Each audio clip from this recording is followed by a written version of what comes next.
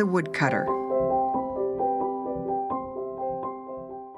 Several hundreds of years ago, there lived in a forest a woodcutter and his wife and children. He was very poor, having only his axe to depend upon and 2 mules to carry the wood he cut to the neighbouring town. But he worked hard and was always out of bed by 5 o'clock, summer and winter. This went on for 20 years, and though his sons were now grown up and went with their father to the forest, everything seemed to go against them, and they remained as poor as ever. In the end, the woodcutter lost heart and said to himself, "What is the good of working like this if I never am a penny the richer at the end? I shall go to the forest no more, and perhaps, if I take to my bed and do not run after fortune, one day she may come to me." So the next morning he did not get up, and when 6 o'clock struck, his wife, who had been cleaning the house, went to see what was the matter. "Are you ill?" she asked wonderingly, surprised at not finding him dressed. "The cock has crowed ever so often. It is high time for you to get up." "Why should I get up?" asked the man without moving. "Why, to go to the forest, of course." "Yes, and when I have toiled all day, I hardly earn enough to give us 1 meal." "But what can we do, my poor husband?" said she. "It is just a trick of Fortune's, who would never smile upon us." "Well, I have had my fill of Fortune's tricks," cried he. "If she wants me, she can find me here. But I have done with the wood forever." "My dear husband, grief has driven you mad. Do you think Fortune will come to anybody who does not go after her? Dress yourself and saddle the mules and begin your work. Do you know that there is not a morsel of bread in the house?" "I don't care if there isn't, and I am not going to the forest. It is no use your talking. Nothing will make me change my mind." The distracted wife begged and implored in vain.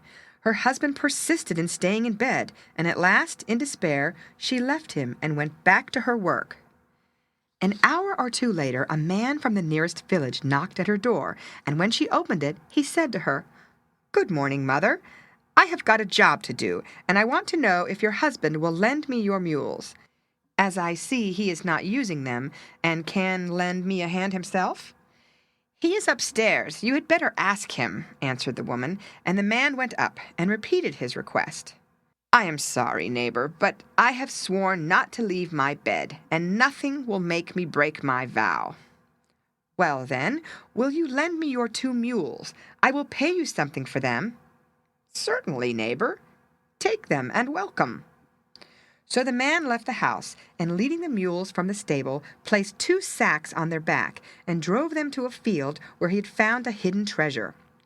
He filled the sacks with the money, though he knew perfectly well that it belonged to the Sultan, and was driving them quietly home again when he saw 2 soldiers coming along the road.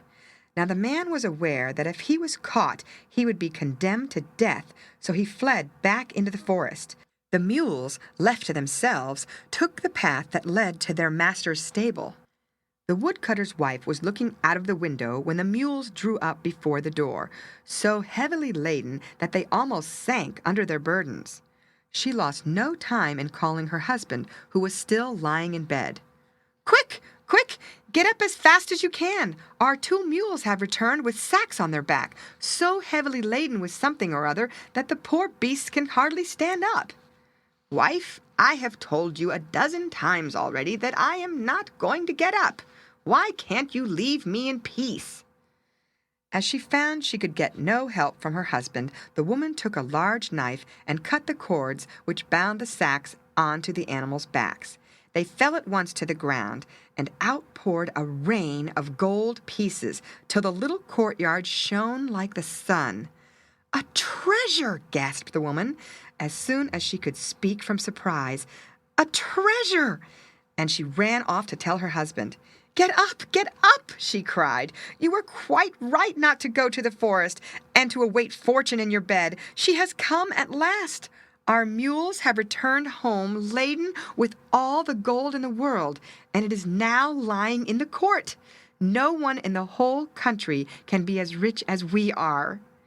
In an instant the woodcutter was on his feet and running to the court, where he paused, dazzled by the glitter of the coins which lay around him. "You see, my dear wife, that I was right," he said at last. "Fortune is so capricious, you can never count on her. Run after her, and she is sure to fly from you. Stay still, and she is sure to come." The end.